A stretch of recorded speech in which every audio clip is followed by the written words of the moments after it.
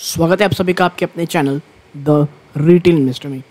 यहाँ पे मैं बात करने वाला हूँ दोस्तों, जैसा कि आपको आपकी स्क्रीन पर दिख रहा होगा, आईटीसी लिमिटेड के बारे में। और देखिए, अब जबकि ये आप कह सकते हैं कंफर्म हो गया है कि किस तरह से ये डीमर्ज होगा, प्लस जो आप कह सकते हैं क्वार्टर वन के नंबर्स भी आ चुके हैं, और इसके बाद जो आप कह सकते हैं ब्रोकरेज हाउस वाले हैं दोस्तों, वो काफ़ी हद तक इसमें बुलिश हैं और काफ़ी शानदार टारगेट्स भी दे रहे हैं।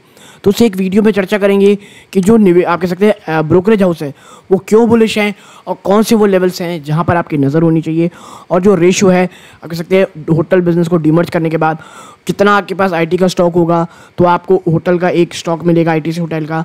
इन तमाम चीज़ों में चर्चा करेंगे। अगर आप इस स्टॉक में निवेशित हैं या निवेश की सोच रहे हैं, मुझे ये लगता है कि ये वीडियो आपके बहुत बहुत काम आने वाली है। ठीक है, तो देखिए चलते हैं स्टॉक प्राइस की तरफ। देखिए, जैसा कि आपको दिख रहा होगा, जब मैं वीडियो बना रहा हूं दोस्तों, तो लगभग दोपहर के 3 बजे हैं। आधे घंटे में आप कह सकते हैं बाजार बंद होने वाला है, और आप यहां पाएंगे कि जो ये स्टॉक है 450 के ऊपर सस्टेन करने की कोशिश कर रहा है। ये 456 के आसपास गया था कि वहाँ से टूट के लगभग उसी रेंज में चल रहा है।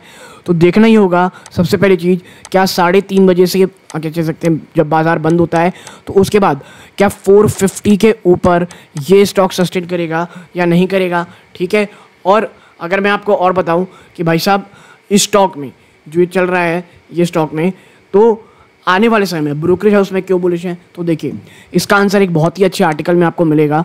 मैं आपको दिखाता हूँ यहाँ पे, 1 सेकेंड, ये हमारा चला जाए। हाँ, ये देखिए, ITC share gain on positive net profit number. जो कंपनी ने नेट प्रॉफिट नंबर पेश किए वो काफ़ी पॉजिटिव थे, और जो वैल्यूएशन है ना, वो ब्रोकरेज हाउसेस को बहुत ज़्यादा बुलिश रख रही है इस स्टॉक में। ये पूरा माजरा क्या है इस आर्टिकल में आपको समझने को मिलेगा। आप देखें यहाँ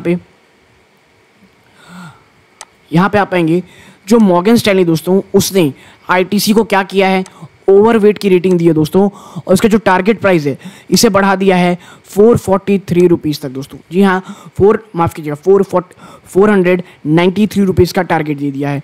ब्रोकरेज फर्म ये एक्सपेक्ट कर रही है दोस्तों कि जो मॉडरेट सिगरेट टैक्स एनवायरनमेंट है, ये बहुत ज़्यादा पॉजिटिव आप सकते हैं नियर टर्म अर्निंग में इम्पैक्ट डालेगा, और जो वैल्यूएशन है स्टॉक की वो बहुत ज़्यादा है। यानी जो सबसे बड़ा पॉजिटिव स्टांस है मॉर्गन स्टैनली का, वो जो एक काफ़ी पॉजिटिव टैक्स इन्वायरमेंट में कहूँगा, एक पिछले काफ़ी समय से आप कह सकते हैं टैक्स में कोई बहुत ज़्यादा बढ़ोतरी या गिरावट, आप कहते हैं गिरावट तो खैर होगी नहीं, कोई बहुत ऐसी बढ़ोतरी नहीं की गई है, जिसके कारण एक स्टेबिलिटी प्रदान की गई है, और ये चीज़ ब्रोकरेज हाउस से बहुत अच्छी लग रही है। ठीक है, जो दूसरा ब्रोकरेज हाउस है दोस्तों जो इस बारे में चर्चा कर रहा है, वो है BOFA यानी बैंक ऑफ अमेरिका। उसने भी आईटीसी में बाई की रेटिंग दी है और टारगेट प्राइस 500 रुपये का दिया दोस्तों। It's said that the June quarter के नंबर दोस्तों ये एस्टिमेट को भी बीट कर दिए थे, और जो सिगरेट जो दोस्तों बिजनेस है इनका, वो काफ़ी रिजल्ट यानी मजबूत था और काफ़ी स्टेबल एनवायरनमेंट था, और कंपनी को बहुत हद तक गेन देखने को मिला। क्योंकि देखिए, मैं हमेशा कहता हूँ आईटीसी का जो आज भी ब्रेड एंड बटर है, जहाँ से ये बहुत ज़्यादा कैश जनरेट करते हैं, वो है इनका सिगरेट बिजनेस। और अगर सिगरेट बिजनेस बहुत अच्छे नंबर पेश करता है तो हर कोई इसमें बहुत बुलिश होता है।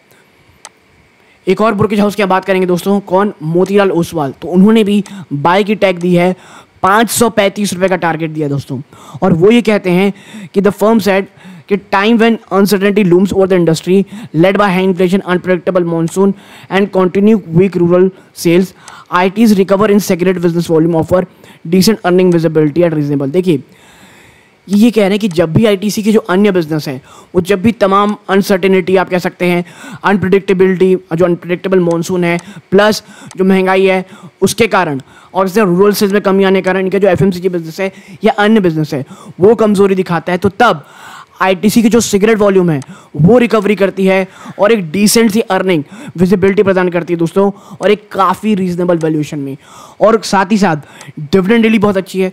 तो ये चीज़ मोतीलाल ओसवाल को आईटीसी में इन स्तरों पे काफ़ी अच्छी लग रही है, और यही कारण है जो मैं आपसे कह रहा था, हर कोई स्टॉक में बड़ा बुलिश है।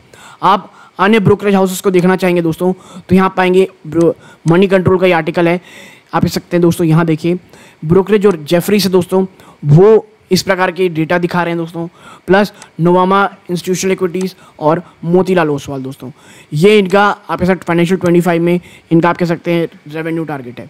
ठीक है, अब चलते हैं किसके पास, जेपी मॉर्गन के पास, वो क्या कह रहे हैं। तो देखिए, JP मॉर्गन ने भी एक ओवरवेट की रेटिंग दी रखी है दोस्तों, और टारगेट प्राइस दिया है 475 का। जो डोमेस्टिक ब्रोकरेज फर्म है दोस्तों ये कहती है वह भी ओवरवेट है और रिलेटिव अर्निंग सिक्योरिटी और अकोमोडेड वैल्यूएशन। जेफरीज ने भी बाई की रेटिंग दी है, टारगेट दिया है 530 रुपये का। ये फॉरेन ब्रोकरेज फर्म ये कहती है भैया that earning growth will moderate, यहाँ से अर्निंग को थोड़ी मॉडरेट होगी, लेकिन स्टॉक दोस्तों वैल्यू ऑफर करता है, हाई अर्निंग कह सकते हैं प्रोवाइड करता है। तो देखिए हर कोई काफ़ी पॉजिटिव है, काफ़ी पॉजिटिव इंस्टांस है दोस्तों। ठीक है, बात करें भाई साहब सेगमेंट रेवेन्यू की जो कंपनी ने यहाँ पे पेश किया है, तो आप देखिए ITC का FMCG बिजनेस, इस पर 16% ज़्यादा की जंप देखने को मिली है, ₹5,166 करोड़ अप्रैल जून क्वार्टर में। स्ट्रॉन्ग ग्रोथ इन स्टेपल्स, ठीक है, बिस्किट, नूडल, ब्रेवरेजेस, डेयरी, अगरबत्ती एंड प्रीमियम सोप्स। ठीक है, FMCG बिजनेस में स्टेपल का बिजनेस, बिस्किट हो गया, नूडल्स हो गए, डेयरी, अगरबत्ती और प्रीमियम सोप ने काफ़ी शानदार बिजनेस किया दोस्तों। ठीक है, बात कर लेते हैं एक ब्रेड एंड बटर की इनके जो है सिगरेट बिजनेस, 13% का जंप हुआ ईयर ऑन ईयर, ₹7,465 करोड़ दोस्तों।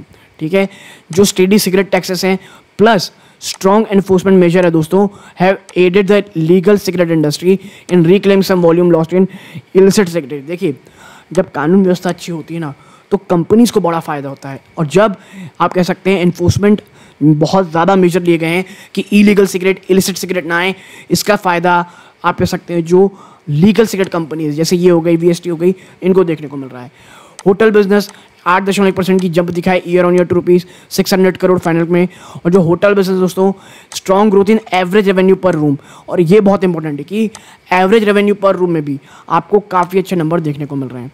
ठीक है, बात करें एग्री बिजनेस में तो यहाँ पर स्थिति थोड़ी कमज़ोर हुई है, 23.7% ईयर ऑन ईयर डाउन आपको देखने को मिल रहा है ₹5,705 crore in the April June quarter.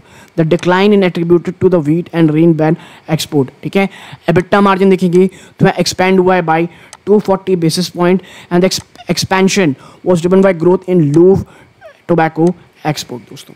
ठीक है, तो ये स्थिति है, तो आपको समझ आ गया होगा किस तरह से सेगमेंट वैसे रेवेन्यू रहा है, क्यों बड़े बड़े ब्रोकर चाहे वो डोमेस्टिक हो या फॉरेन हो, वो इस कंपनी में आप कह सकते हैं वो इस ITC के बिजनेस में बहुत बहुत ज़्यादा बुलिश है।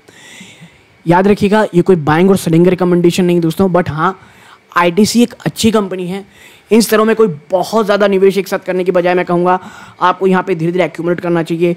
450 का लेवल जब तक बना हुआ है, इवन अगर मैं कहूँ तो जो 430 से लेकर के 450 पहला ये, और उसके बाद दोस्तों 400 रुपये का एक बहुत ही ज़्यादा आप कह सकते हैं बड़ा जो साइकोलॉजिकल आप कह सकते हैं सपोर्ट है, वो जब तक नहीं टूटता तब तक ये कंपनी एक काफ़ी अच्छी बाइंग अपॉर्चुनिटी देती है।